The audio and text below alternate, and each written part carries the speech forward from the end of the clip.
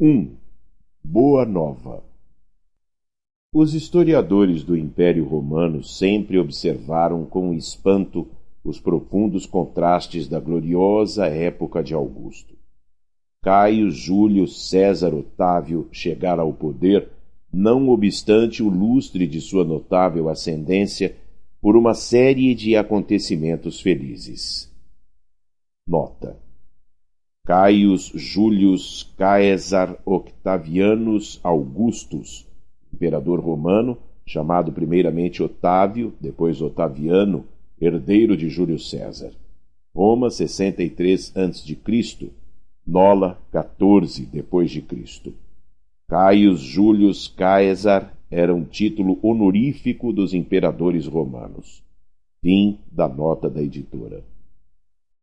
As mentalidades mais altas da antiga república não acreditavam no seu triunfo.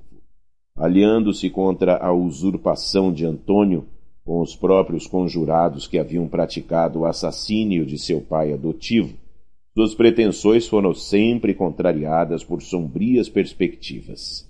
Entretanto, suas primeiras vitórias começaram com a instituição do triunvirato, e em seguida os desastres de Antônio, no Oriente, lhe abriram inesperados caminhos. Como se o mundo pressentisse uma abençoada renovação de valores no tempo, em breve todas as legiões se entregavam, sem resistência, ao filho do soberano assassinado. Uma nova era principiara com aquele jovem enérgico e magnânimo. O grande império do mundo, como que influenciado por um conjunto de forças estranhas, descansava numa onda de harmonia e de júbilo, depois de guerras seculares e tenebrosas. Por toda parte levantavam-se templos e monumentos preciosos. O hino de uma paz duradoura começava em Roma para terminar na mais remota de suas províncias, acompanhado de amplas manifestações de alegria por parte da plebe anônima e sofredora. A cidade dos Césares se povoava de artistas, de espíritos nobres e realizadores. Em todos os recantos permanecia a sagrada emoção de segurança, enquanto o organismo das leis se renovava, distribuindo os bens da educação e da justiça. No entanto, o inesquecível imperador era franzino e doente. Os cronistas da época referem-se, por mais de uma vez, às manchas que lhe cobriam a epiderme, transformando-se, de vez em quando, em dartros dolorosos. Otávio nunca foi senhor de uma saúde completa. Suas pernas viviam sempre enroladas em faixas e sua caixa torácica convenientemente resguardada contra os golpes de ar que lhe motivavam incessantes resfriados. Com frequência queixava-se de enxaquecas, que se faziam seguir de singulares abatimentos. Não somente nesse particular padecia o imperador das extremas vicissitudes da vida humana. Ele, que era o regenerador dos costumes, o restaurador das tradições mais puras da família, o maior reorganizador do império, foi obrigado a humilhar os seus mais fundos e delicados sentimentos de pai e de soberano, lavrando um decreto de banimento de sua única filha, exilando-a na ilha de Pandatária, por efeito da sua vida de condenáveis escândalos na corte, sendo compelido mais tarde a tomar as mesmas providências em relação à sua neta.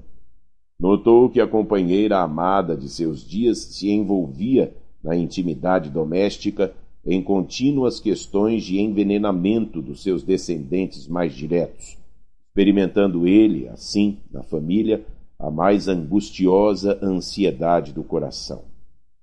Apesar de tudo, seu nome foi dado ao século ilustre que o vira nascer.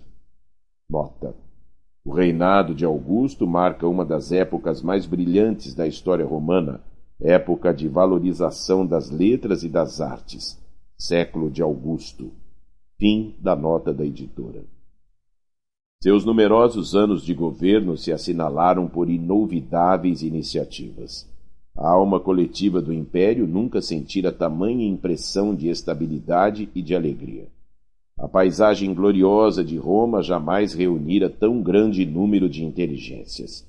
É nessa época que surgem Virgílio, Horácio, Ovídio, Salústio, Tito Lívio e Mecenas, como favoritos dos deuses.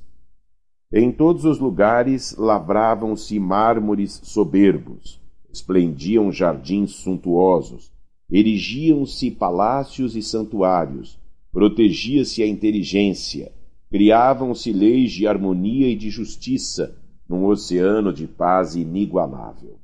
Os carros de triunfo esqueciam por algum tempo as palmas de sangue e o sorriso da deusa Vitória não mais se abria para os movimentos de destruição e morticínio.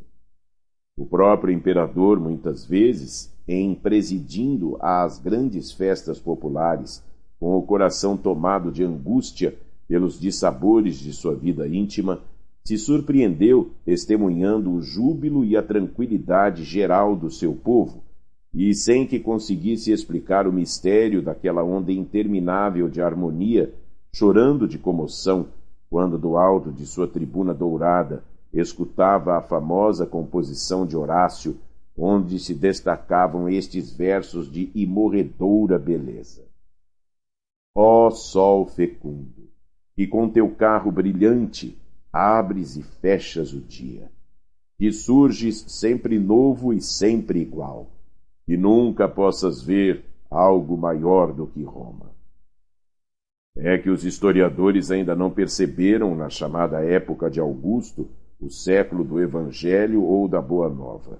Esqueceram-se de que o nobre Otávio era também homem e não conseguiram saber que, no seu reinado, a esfera do Cristo se aproximava da terra, numa vibração profunda de amor e de beleza.